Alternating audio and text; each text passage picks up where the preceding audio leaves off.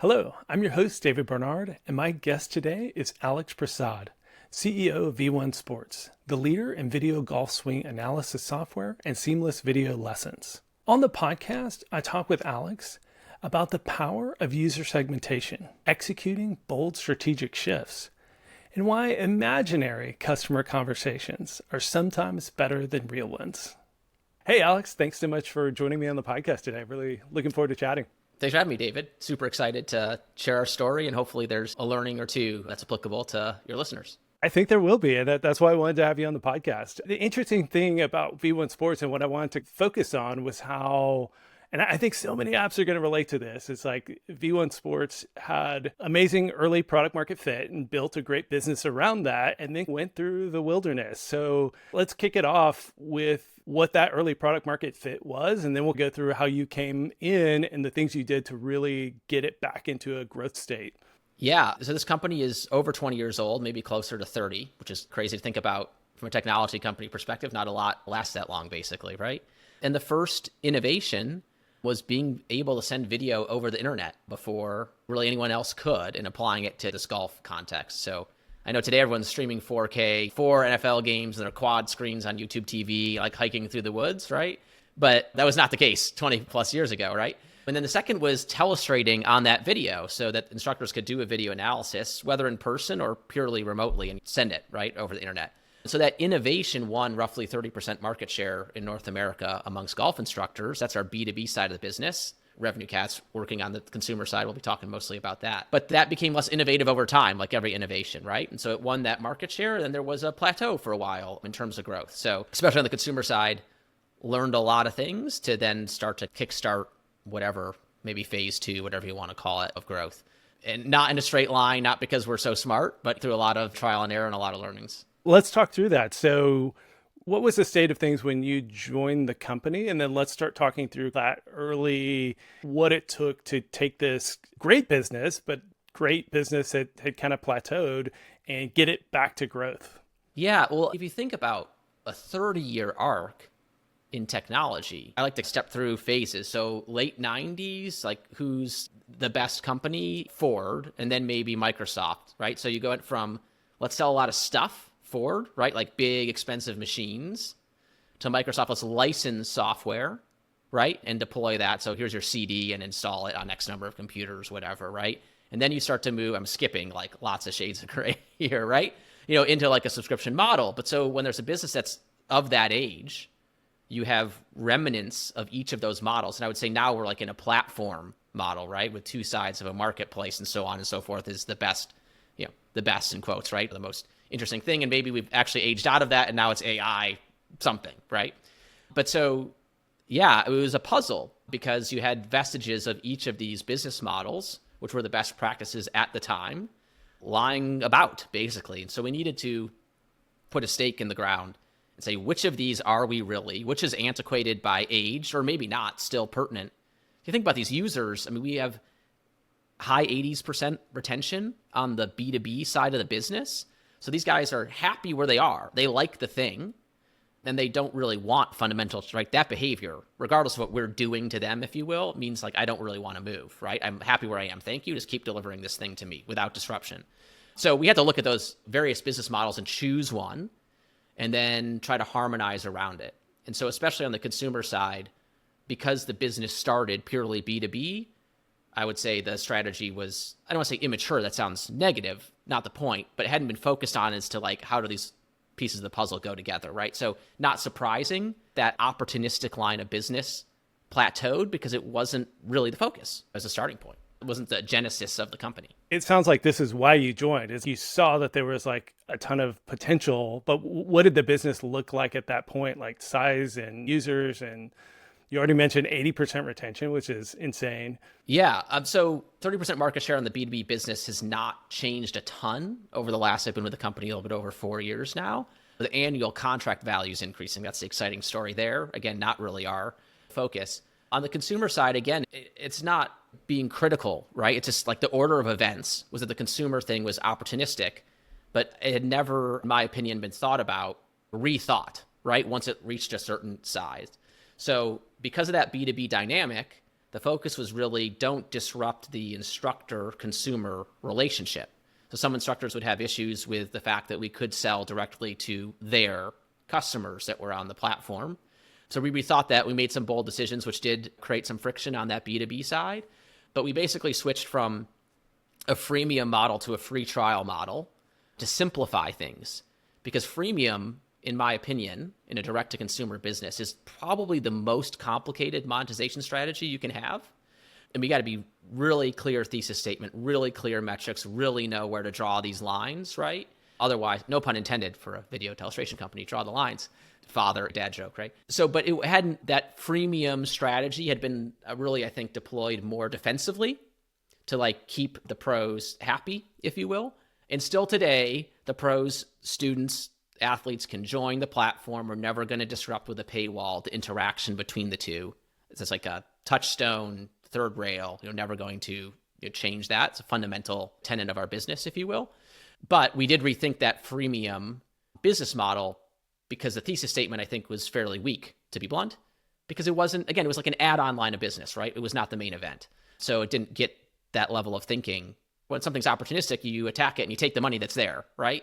But that's very different than being methodical and thinking about it from scratch. I want to interject because I think a lot of apps can relate, and maybe I need to help point this out, but so many apps, if they're 4 or 5, 6 years old, they don't have as much kind of business strategy debt as V1 Sports did, but they probably have more than they realize. There's features that they give away for free in their freemium strategy that maybe are higher value that they should be putting behind a paywall. There's ways they do things that haven't been rethought in years. And to your point earlier, things have changed so much. Consumer willingness to pay via subscription has changed. Onboarding patterns have changed. Even like willingness to pay higher prices are surprisingly doing better and better. If you can deliver the value, consumers are more willing to pay higher prices for software these days than I ever thought consumers would be willing to pay for.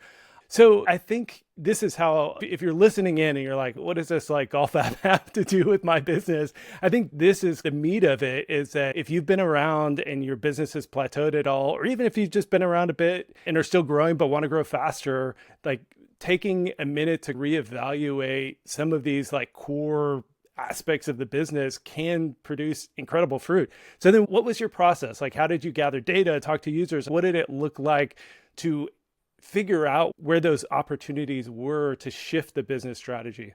Well, how much time do we have? So, so I'm a corporate lawyer by training, and that, perverted or rewired or whatever adjectives you want to use my brain. Not a litigator. No one makes TV shows about corporate attorneys.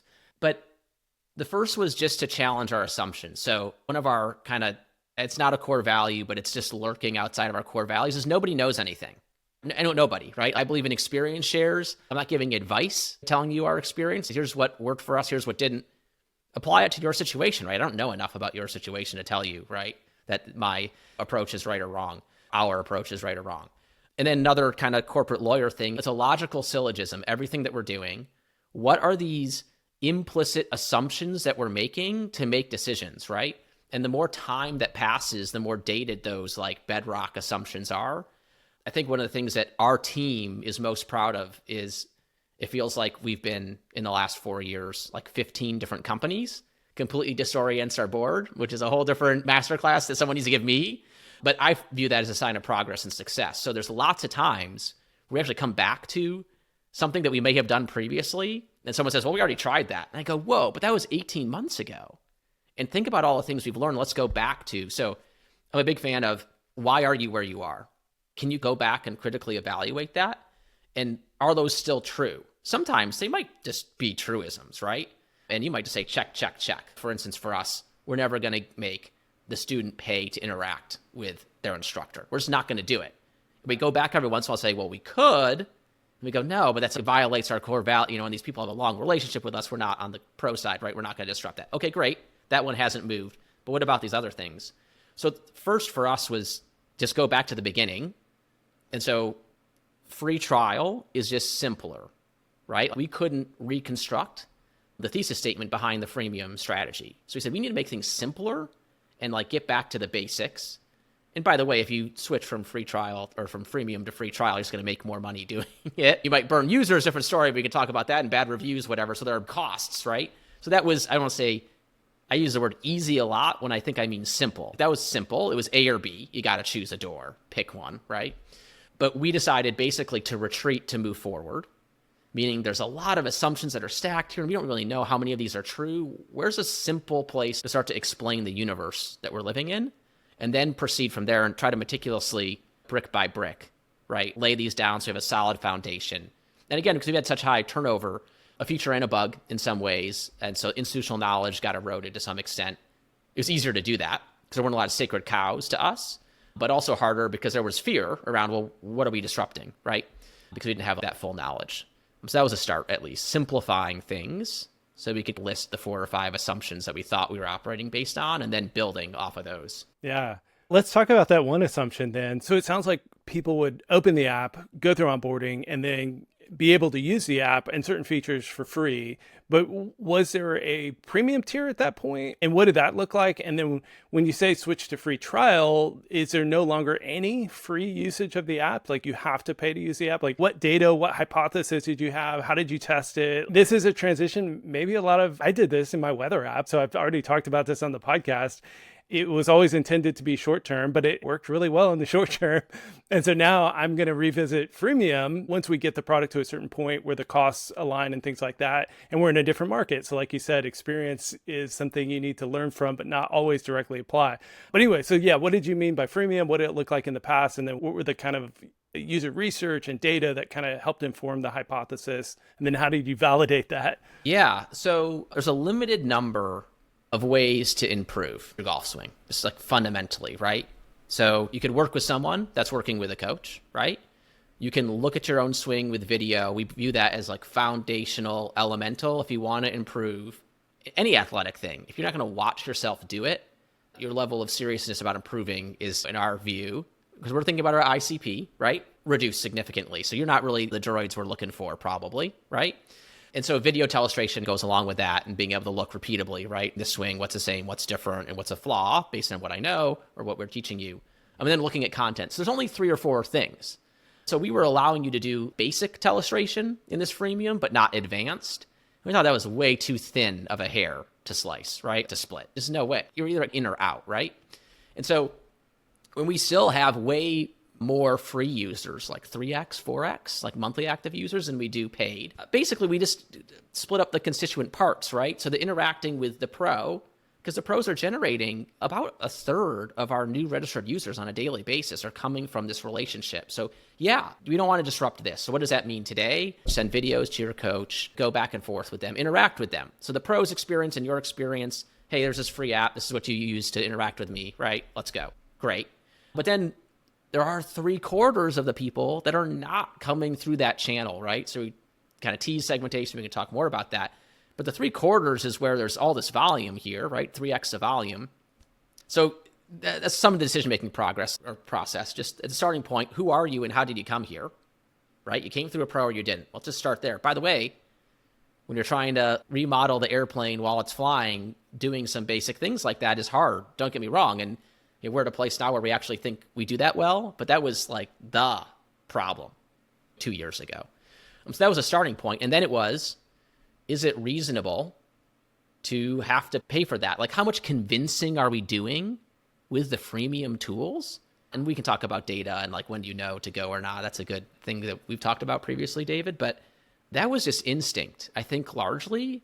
Like when we don't know and we don't have data to point it out, we try to retreat, make things simpler so that we like are on more solid footing. Obviously not like you burn a bunch of money or like stop charging people or whatever, right? But retreat, like it's too complicated. It's a golf app. Like, this isn't that complicated, right? But if we don't understand what's going on, like adding in more and more factors is not going to make it easier. It's going to make it harder, right? So let's simplify this thing. Here's a thing. Do you want it? If you do, you'll pay us. If you don't, yeah, should you have a free trial? Sure, try it out before you buy, right? But we'd really just try to simplify as a starting point. And that was more instinct and really not instinct about what the best reaction would be in the market, instinct that we didn't know. So what are we supposed to do if we're driving this vehicle? We're not in control of it. What's the first thing that you do? Slow it down.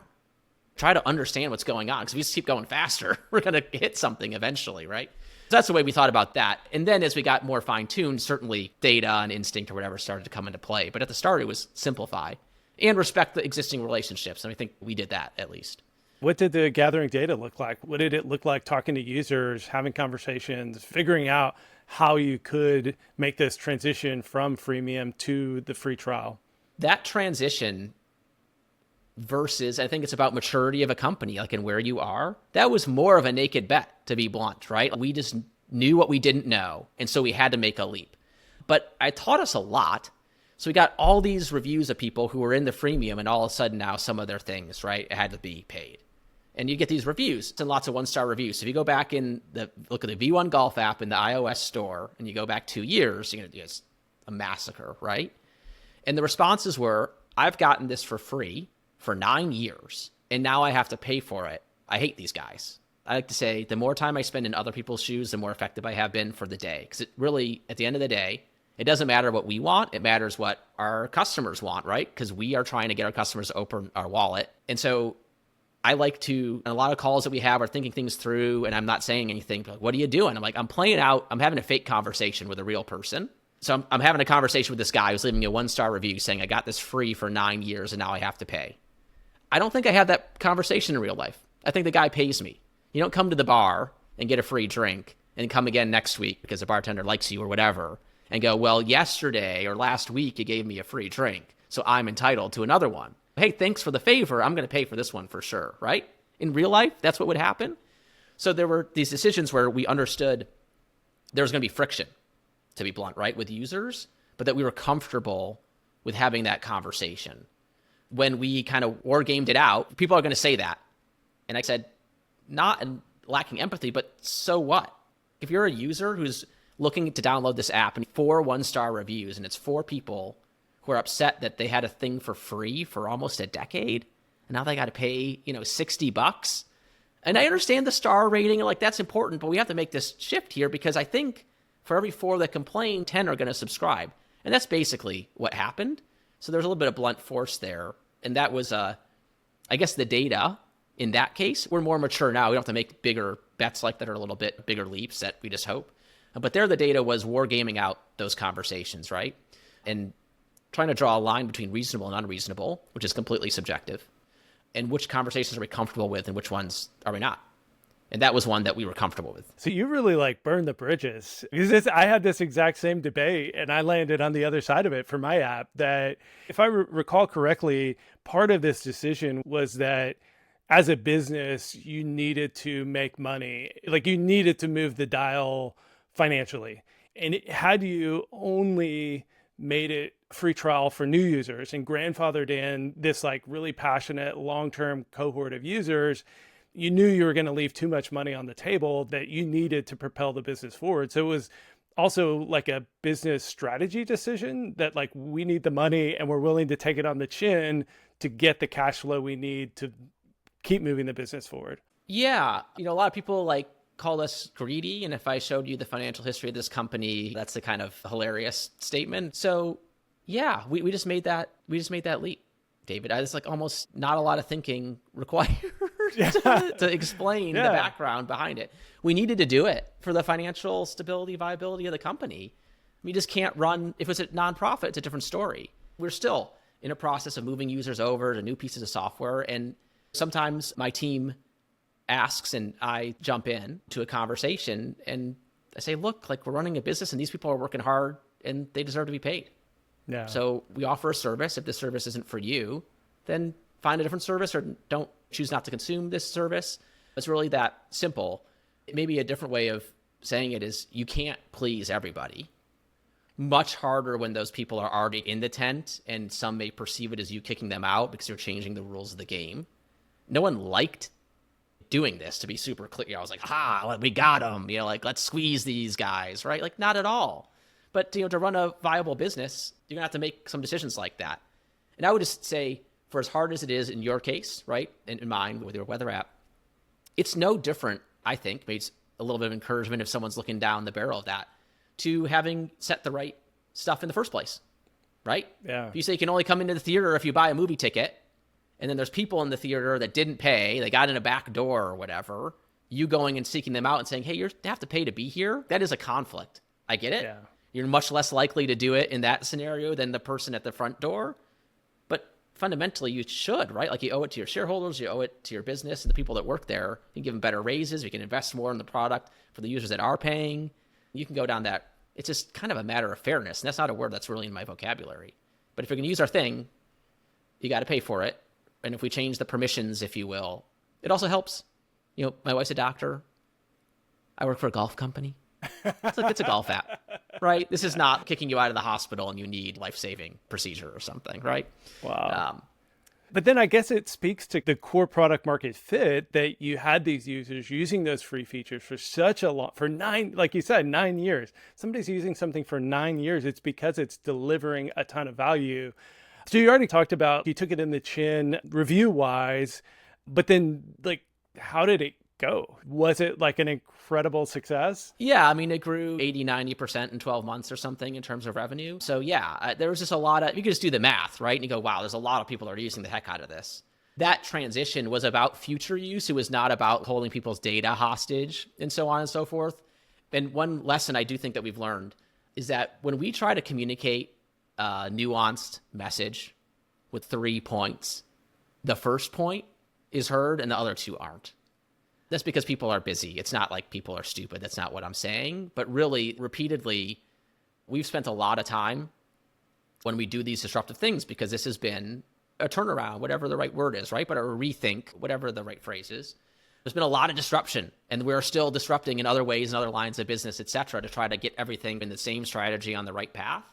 And it's just funny, maybe funny is the wrong word, but how repeatedly there will be a nuanced thing that we're trying to say to folks. And really to take away one point, and they move on. There's a recent example. I'll spare you the details. So I guess my point is, if you're looking at one of these decisions and you believe that the aggressive decision is the right one, just know that the 5 weeks are going to spend massaging. Well, no, there should be a fifth email, right, that communicates this. It is a little bit binary, right? If you're going to move someone's cheese, you're moving it. That's the way they're going to perceive it. The fact that you did it to the 95th percentile versus the 55th percentile is likely lost because they're upset that the cheese is moved. I don't know if that's points to don't do that extra work. I'm just saying it's unlikely that it will be recognized if you change the game on someone, right? So just, buyer beware or fair warning. You won't be praised. Well, I know you had to do this, but you did it in the best possible way. You're not going to get the first part, so you won't get the second part. So how did you communicate it? Because that's a big deal. Again, why I wanted to have you on and why I wanted to talk to this is because I think there's a lot of apps out there making decent money, not growing, struggling, that should not necessarily go from freemium to really burn the boats and bridges there. It would be hard for me to, in good faith, recommend a lot of apps go quite so dramatic. But hey, if you're struggling as a business, you need to make bigger bets. And this was a big bet. So then if people are going to make a big bet and make a big change, especially to existing users, how did you communicate it? And it sounds like, you've already shared one lesson, but any other lessons in that communication that people could take away from? Well, I think the 80-20 rule applies, right? And I think fewer, better customers are better in general.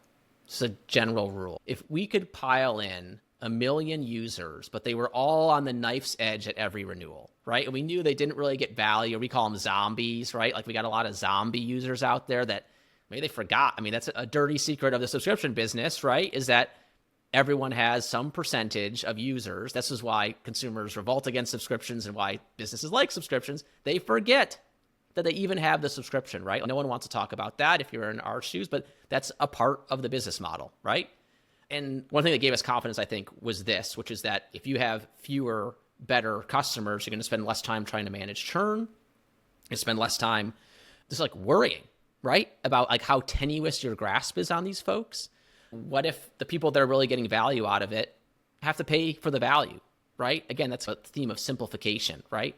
So that was what I think gave us a lot of solace. And so that comes down to segmentation and trying to understand your customers. And if you believe you have lots of customers that actually love the product, you should charge a fair price for it. And if you're worried, so worried that this kind of applies to price increases too, right? so worried that a 10% price increase, or and maybe not today's, but in the last couple of years inflationary environment, is going to run off all your customers, I would just encourage you to think through why. And is it because you don't have conviction that your product is really like solving one of these people's problems, right? Or your users' problems. And if that's the case, the problem isn't the price increase. The problem is, right, understanding those customers and delivering the value, right? I think this comes down to trying to treat people like they are people and not users, right? Because we have all this data and thousands of users and so on and so forth, everything becomes a spreadsheet, but we forget that fundamentally it's people. And so I like to spend, like I said, a lot of time in other people's shoes, but then also a lot of time pretending like these interactions are happening in real life, one-on-one. Does that make sense? Would you do that in real life? Look, everyone knows it's software. It's programmed to give you this answer. That's fine. But if it doesn't feel right or doesn't mimic the human behavior, the chances of success are lower, in my opinion, right? So again, to the person who has that issue with the 9 years free, whatever, let's play this out in real life. Are we okay with that? Are we okay with other people overhearing that? The answer is yeah, right? Whatever percent of people are not going to like it, right? And that will create that snowball effect that you're so worried about. Sure, but most people, we think, that's reasonable. These guys are working, they're delivering a service, and they're not getting paid for it. They should get paid for it probably, right? Segmenting your customers, understanding where they're coming from and what they're doing, and then are we scratching the itch that they have, right? Can give you a lot of confidence. All that being said, I don't feel like every day I wake up and go, I don't think we understand this well enough, right? So it's not like you reach a point, oh, we got it. We figured them all out. Mission accomplished. We've landed on the moon, whatever. No, if you're not paranoid about that all the time, but that's the root cause issue of everything, right? Are you delivering the value to these people that they feel like they can't live without? And if you are, you got a lot of freedom and flexibility to do a lot of things. So our average user spends 21 minutes a month in the app, our monthly active users. That's a ton, right? Which is not a license to abuse them, but it is, okay, these people get it, and they're going to be retained at a high level. It's something to build off of, right? And the ones that are in and out real fast or not using at that level, we want to understand why. But we also know that a lot of those people are like not savable, not the ideal customer, because there are ideal customers over here. What's working for these people? Let's really drill in here and understand and apply it to more with the understanding that these people might only be 20%, right? Everyone is not your ideal customer. You teed up segmentation, which I do want to dig into, but just one more time, restating the question, what did you tell them though? This is the like practical takeaway for folks of if you're going to make a big change to the way you operate, to asking people to pay. Did you just say like, this business will fail and you will not have an app? You need to start paying. And then like, did you do that through on the paywall? Like brass tacks, like how did you actually implement this change and communicate with users about the change? Yeah, that's what you wanted to say for sure. This is a for-profit business and we can't subsidize you and all those things. We said it nicer, but there wasn't a ton there. It was, hey, look, yeah, by you investing in, right, this subscription, we can deliver a better product, kind of period. And that goes back to my lesson of everything that comes after that, they're not listening to. I have to say, total personal opinion, take or leave. I disagree with the no explanation change, which I've seen more and more of lately, where people are like, your price is going up. Or here's a link to your new billing statement, right? And then you click in there and realize that the price increase. That does, again, you and me, David, right? I say that to you, or like we have an interaction, like you buy a service or product from me in real life, and I just don't tell you that the price changed. Aren't you going to walk out when you look at the receipt later or whatever, and be like, hey, what the heck? This used to be, right? And now that's not cool. And if I had just said, hey, David, I'm your dry cleaner. The shirt's $5 now, not $3 because of all these reasons. You've been like, yeah, okay, but I've been going to you for forever and I like you and whatever. So it is what it is, right? Yeah, I had this exact experience recently. So I had an HVAC contractor come, did some work. The bid was $2,100. Yeah, he finishes up, I pay, he leaves. And then I looked at my credit card statement and it was $3,900 more than the bid. And they never explained to me. And I've been like calling them and like about ready to do a chargeback on my credit card just to get their attention. To your point, it's treat people like humans. And like having just had that experience, I very much relate to not just increasing the price just to increase the price and actually communicating about it. So, and then it sounds like you had some more to go on that. Yeah, well, I think it comes back to the fear, right? So let's put ourselves in the shoes of the contractor or the HVAC company, right? They set an expectation. It says a lot more about them, right? And like what's going on in their head. And I get it. I have sympathy for being in that position because it's happened to me many times. I set one expectation and I can't deliver on it. That's crap. That's like one of my least favorite things in life. But like trying to skate through is just never gonna be, it's just delaying the pain, basically, right? They delayed that's the pain why. until my chargeback. Well, right. But it would have felt so much better just for them to say, hey, look, it was a bigger job than we thought. It took me longer. Here's why. Maybe it took me longer because I'm not very good at, you don't have to say that part, right? But this is why. And that's the point to the third, fourth, or fifth thing. No one's listening anyway, right? You're going to hear, oh man, it's 900 more bucks. But at least he told me, right? And now that expectation has been reset in a negative way to me, to be sure. But it's just kind of the right way of doing things.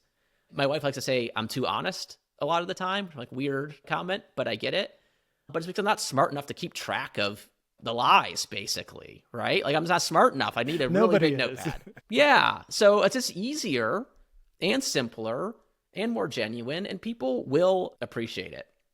That would be another thing about segmentation is you'll listen to the squeakiest wheels, but don't over listen to them, right? It's important to be tracking that for sure and asking a lot of whys and see if you can even get them. So maybe the inverse of the, like, if you give 4 reasons, only going to hear, I moved your cheese, and maybe the start of the first explanation. But like a lot of time we're building towards a call, right? Or the actual conversation with the squeaky wheel. And then again, we just play act it out. Are we comfortable in that scenario? Do we feel proud's the wrong word, but do we feel okay and comfortable in it, right? Well, I can't believe that you're making me pay for something that I've used for forever and I've never paid for. I'm like, yeah, I can, right? Like where's the other place that's giving you a free house or a free car or a free whatever, right? You say it nicely, but you try to get to the why. And if you get to a why that's like bizarre, you go, okay, that's on you, not on me, moving on, right? Sometimes you get to a real why. You go, oh, someone else set this expectation that we didn't even know or what, right? And you go, oh, wow. Okay, thanks for sharing that with me. Yeah, our advice was always, and you can't do it on the consumer side, but as we've moved stuff on the pro side, I always tell my team that you have complete and total autonomy to make it right. But there are some guardrails, and we'll set them ahead of time. You can't use a thing for free for forever. You got to pay something, right? But if you can reach a reasonable deal, we don't want people to leave angry, right? If you can avoid it. But you have to at least move the person towards the goal, right? So I'd love to have a playbook and hard and fast black and white rules for everything. There's a policy, but more, we just have a really great team. We trust them to make decisions and diffuse situations, but not diffuse them at our expense, right? You can treat someone like an adult and compromise and reach somewhere that's, at least a step in the direction. But yeah, you have to have the tough conversation. You can't just not have it. It's been so fun diving into this. I didn't expect to get quite so deep on like product psychology. It's ultimately, and I love the way you keep bringing it back to, these are other human beings on the other side of it.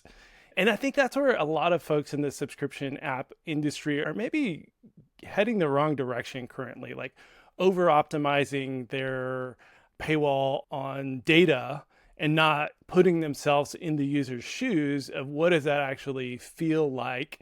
And then how do you, to your point, diffuse that situation through communicating effectively?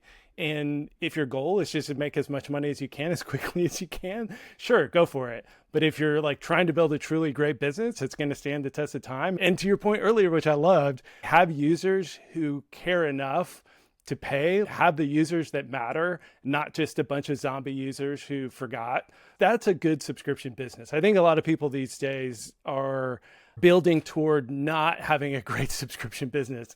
They're over optimizing on price and other conversion metrics that do bring in a lot of those very poor quality users that aren't going to renew. And the magic of subscription app businesses is those users who are going to stick with you for a decade and be willing to pay for the value that you're creating, not just tricking people via dark patterns and other stuff. Because then you're just going to bleed out those users on the back end. And then you're pissing off the people who would otherwise become like your really amazing, like 10-year users. So anyways, it's been really great diving into the like psychology aspect of building a great business by like caring about the people on the other end. Yeah, I think it's, look, the promise of SaaS and subscription businesses is the scalability and the margin. That's why most people get into it. right? As opposed to a professional service or something else, right? Restaurant has like 0.5% or 1.5%, like really, really hard businesses. And like the faster you run, not necessarily the faster you get ahead. So get that. But there's something, and we fall into it all the time, myself included, that breaks your brain in terms of running such a business is you're so hyper to get to the scalability that we forget that the way to learn is inherently unscalable activities. We call it the hamster wheel. Someone called it to me the gerbil powered. But whatever metaphor you want to use, build the gross manual, maybe bespoke process first, right? And learn from it and do it. So get a little bit of data, have a hypothesis, get a little bit of data, paywalls, whatever, right? To prove the point. Okay, this paywall is doing better than that paywall. Why? Opinions enter now, right? And then attest those opinions and choose the best one. And we get so obsessed with, well, that's not scalable. Well, how do we know? Because we don't even know where we're going yet. The idea isn't inherently scalable or not. The execution of it is. So test the idea purposefully in an experimental way. And then what a great problem. I like to talk about great problems. Let's create good problems. What a great problem. We have a thesis that we're doing some manual, gross, lots of hamsters running on wheels or whatever thing, and it's working. And now we just have to make it scalable. Like, how do we take this manual thing and write it into the software? How do we take this manual thing and not make it a survey that zaps somewhere, but make it a core part of our backend, right? Great. That's great.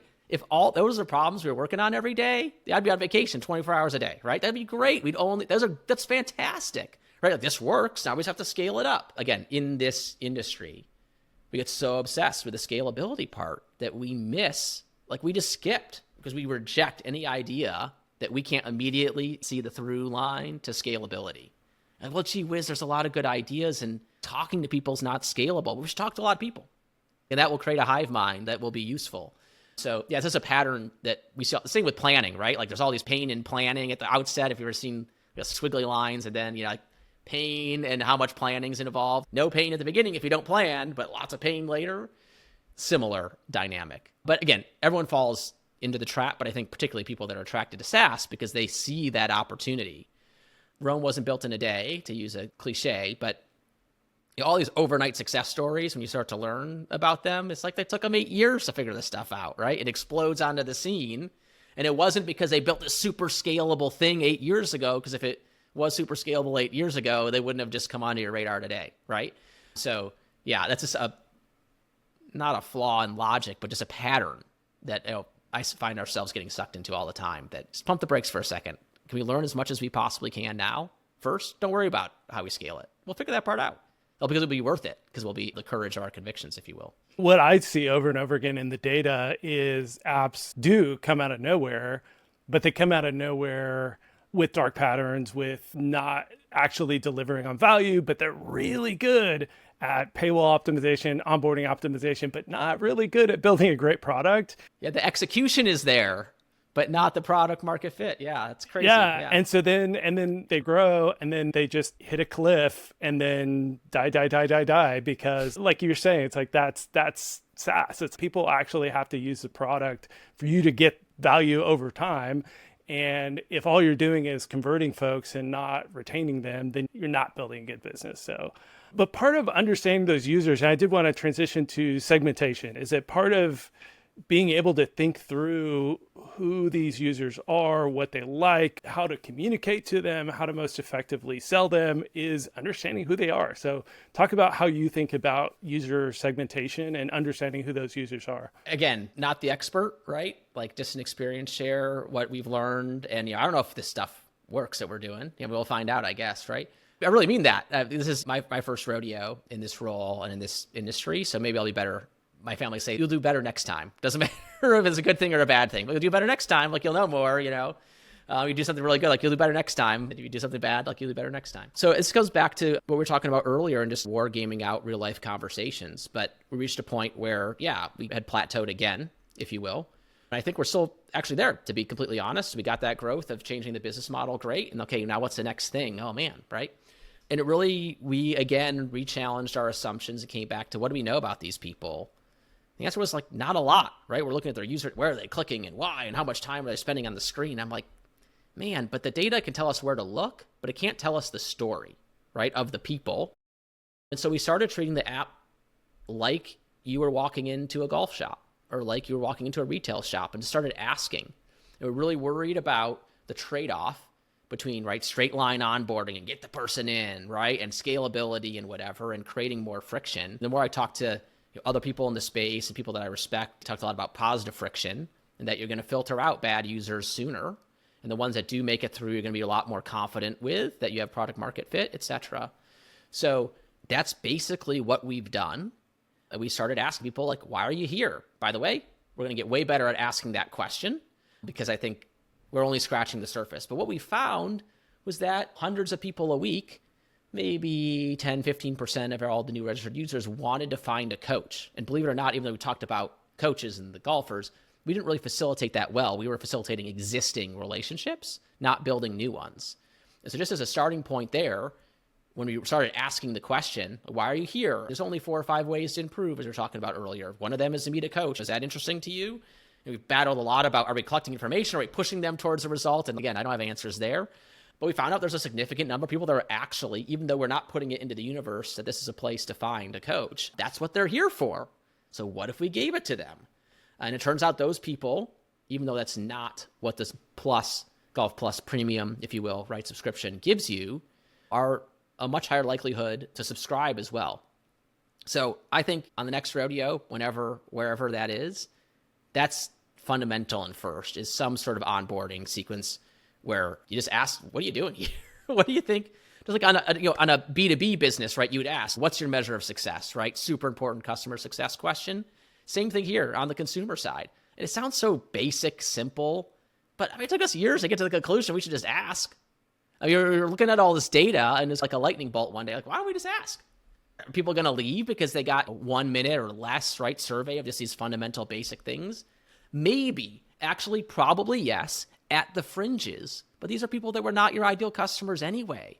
Right. So like when we look at the whole, like, least common denominator, not just in math, but like is a thing, and limboing to it is not going to get, the rewards are going to come from that, those ICPs or that 80-20 rule. It's not going to come from optimizing everybody, because then you're going to dilute the product for the people that are your ICPs. And you're going to be playing to the crowd that's unlikely to subscribe anyway. And that kind of goes back to a confidence that, is this a tool that actually has value and people really want? And if the answer is yes, total addressable market could be too small, etc. But think about that phrase, total addressable market. You can't address a non-addressable market. So don't try to, right, attack the people that like fundamentally aren't really that into you to begin with. So that was a breakthrough for us. Just ask. And then we say, well, how do we make this more straight line? And you go back and forth. It's not black and white. But again, like a fear of asking came up implicitly in our conversations because you thought you'd run people off.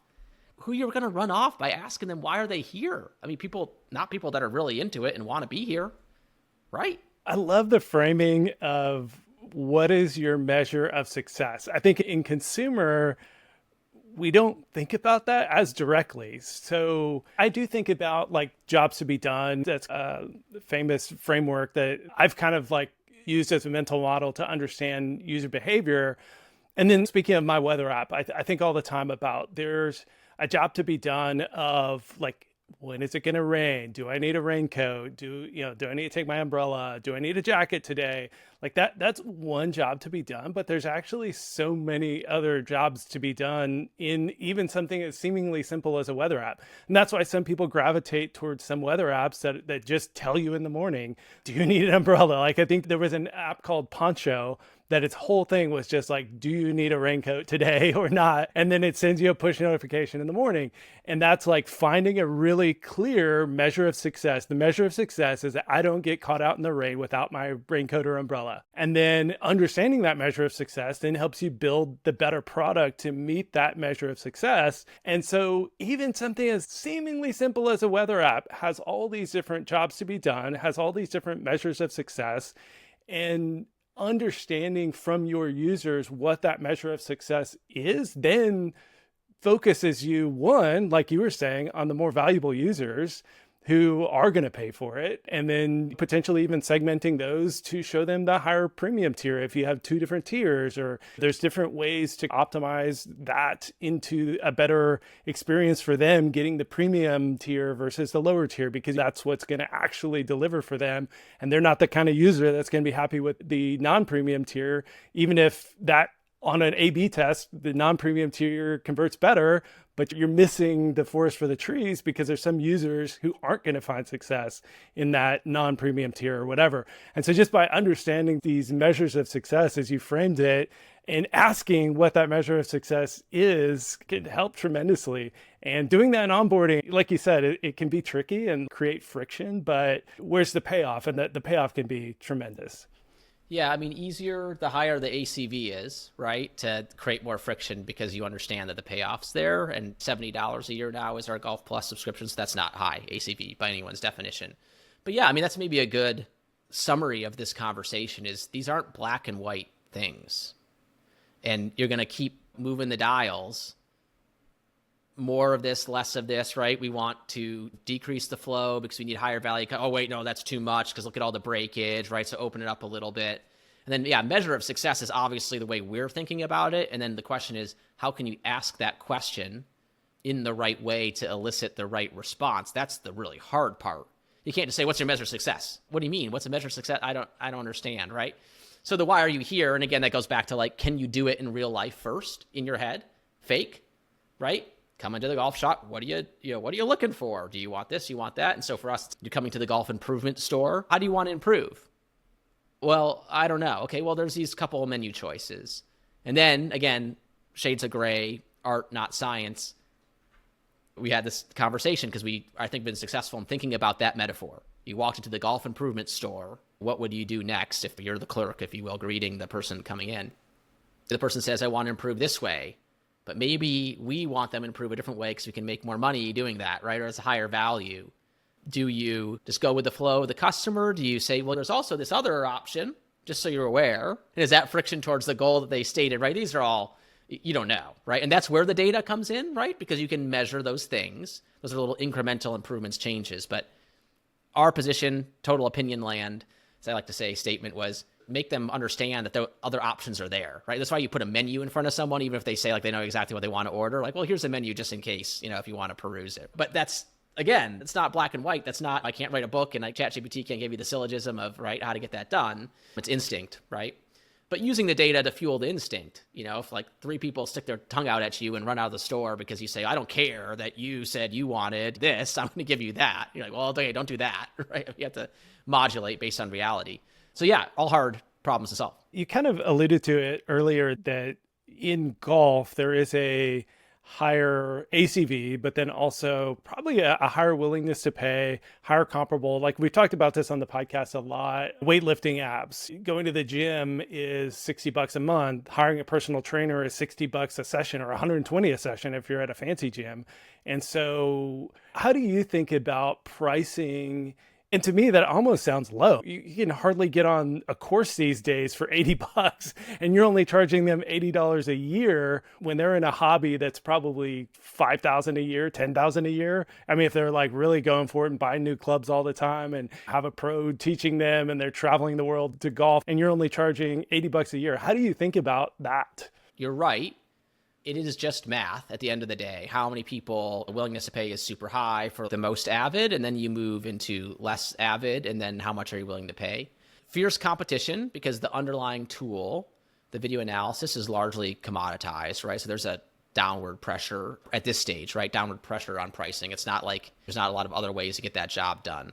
On both sides of the business, it's been about how do we make this, position it as the first step, the fundamental step, the step that needs, or a place for you to grow and start. Again, the horsepower here is largely commoditized, the engine's largely commoditized. And so what are the things around us? This is the only place where you can A, but B, C, and D as well, right? So if you're going to compare A against anybody else, apples to apples, but we can do B, C, and D. So if you really want to grow and improve, you want more options to do that and a place to grow over time that applies to both sides of our business.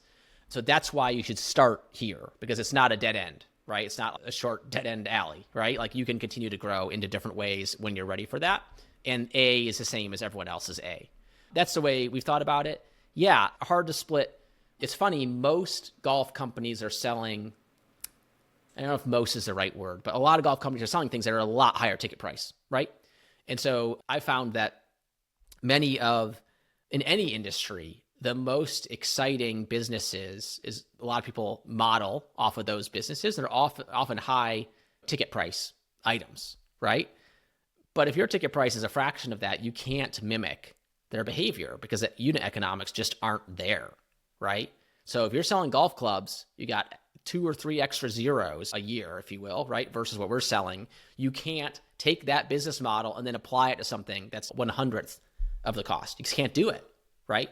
So you have to approach it in a fundamentally different way. So you can talk about expansion revenue opportunities, of which for us on the consumer side are fairly limited. But yeah, that initial get in the door price, that's an opinion statement, I don't know, advice-ish stuff. But I don't think the optimal price is the maximal to get the most revenue out of just that first bite at the apple, if you will, if that word salad made sense, right? Because I think most would aspire to put a software product out where they can go on a journey that the more you use it, the more value you get out of it, and then therefore the more value you would pay for it, right? So the revenue maximizing over the lifetime of the customer price may be artificially low versus if you were only selling one tier and one set of options, you would put that at the highest price possible, basically, right? You just do the math at that stage. And then for all of us, right, thinking about ACV and renewal rates, et cetera, right, it's a multi-variable equation, obviously. But really, we learned this on the B2B side where we didn't really have expansion revenue opportunities for a long time.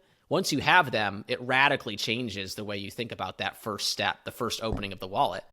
Because I just want to get you in and start to interact and learn more about you. And yeah, you're paying something for the service, but there's this growth pattern that could be really interesting for you and for us, right? And that's another courage, lowercase c, but courage over convictions kind of decision. Because I think most people, Dan Martell, SaaS Academy, calls it commission breath, right? If you were selling cars or boats or houses, sure, because it's likely one transaction going to do with these people. It's not repeat players, right? That you're trying to maximize the value of that one transaction. But for us, which I think is a largely socially beneficial dynamic, if you will, it's a repeat game. So take the guy for as much as he can right off the bat is probably unlikely to be long-term the most effective strategy. Man, see, that goes counter to what so many people are thinking. I mean, things we've discussed on the podcast and other things is when the data says a higher price works, you go for the higher price and you scale up. But again, it's like, what business are you building? Are you building advertising arbitrage where you're just going to find as many users who are willing to pay as possible and charge them the maximum revenue possible today to keep that flywheel going? Or are you looking for those better users that you're going to build a relationship with and have more opportunity to monetize them over time? And I think I already talked about this on a past episode, but there's this incredible chart that Dimitri, the founder of Flow, shared on LinkedIn that shows, and I think it was actually also shared in Eric Crowley's GP Bullhound consumer subscription report. And it shows that over time, Flow has actually had net revenue retention increase, where the initial cohort retention in year one is like 60% revenue retention. And then it actually goes up year after year after year because they are selling more into those users upgrading to a more premium tier, users buying other features that they didn't get with that initial payment. And that's a fantastic business. That's why Flow raised at a over $1 billion valuation and had competition to get into the round.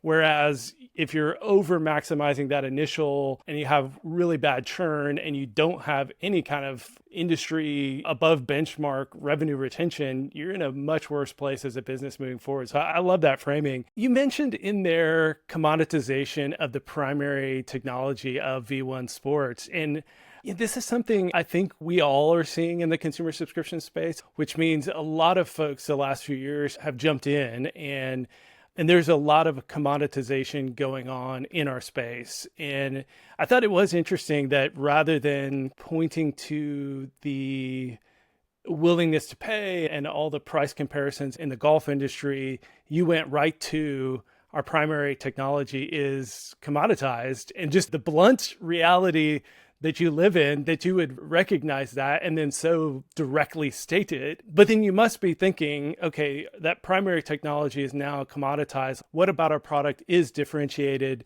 that we can charge for? And then what new products can we build that are highly differentiated that we can increase that revenue over time by adding these add-ons and new features and new things that people will be willing to pay for that aren't commoditized. Maybe like a great point for folks is if you have a commoditized product, you probably do want to aim for that more kind of industry standard pricing, but then figure out where you can really differentiate, and that's where you charge. And maybe the differentiation is the whole product, and then you can fight back against that commoditization and charge a higher price, but you got to actually be differentiated to charge that higher price. So how are you thinking about that differentiation? I really believe that execution wins 9 times out of 10 for sure. So even if your internal, don't say it out loud, assessment is that your product is very similar or commoditized versus others, I do think you can have confidence that out executing the competition is a path to some level of success, just probably not 1,000x growth success, right? There's some other hard limit there. But if you're okay with whatever % growth a year, so it just depends what your goals are. Probably you can start with that and everything falls after that. What's the point? What are your goals? But yeah, I mean, we've tried really hard, and just like the entire journey, it's been about what's unique to us. So this answer, again, the execution of this, really hard, really complicated, but the answer was fairly obvious, which is this unique position that we're in. Almost 100,000 monthly active users at high tide every summer, spending that 21 minutes a month, and all these instructors. I wonder if they want to get, and the answer was yes, right? So that's what we're really working on. And again, the starting point was, why are you here? And then when they started telling us, that was a big thing. Hey, I want to find an instructor. I would take help from an instructor. And oh, guess what? The more people that want help from an instructor, the more instructors want to be here. Unlock, right?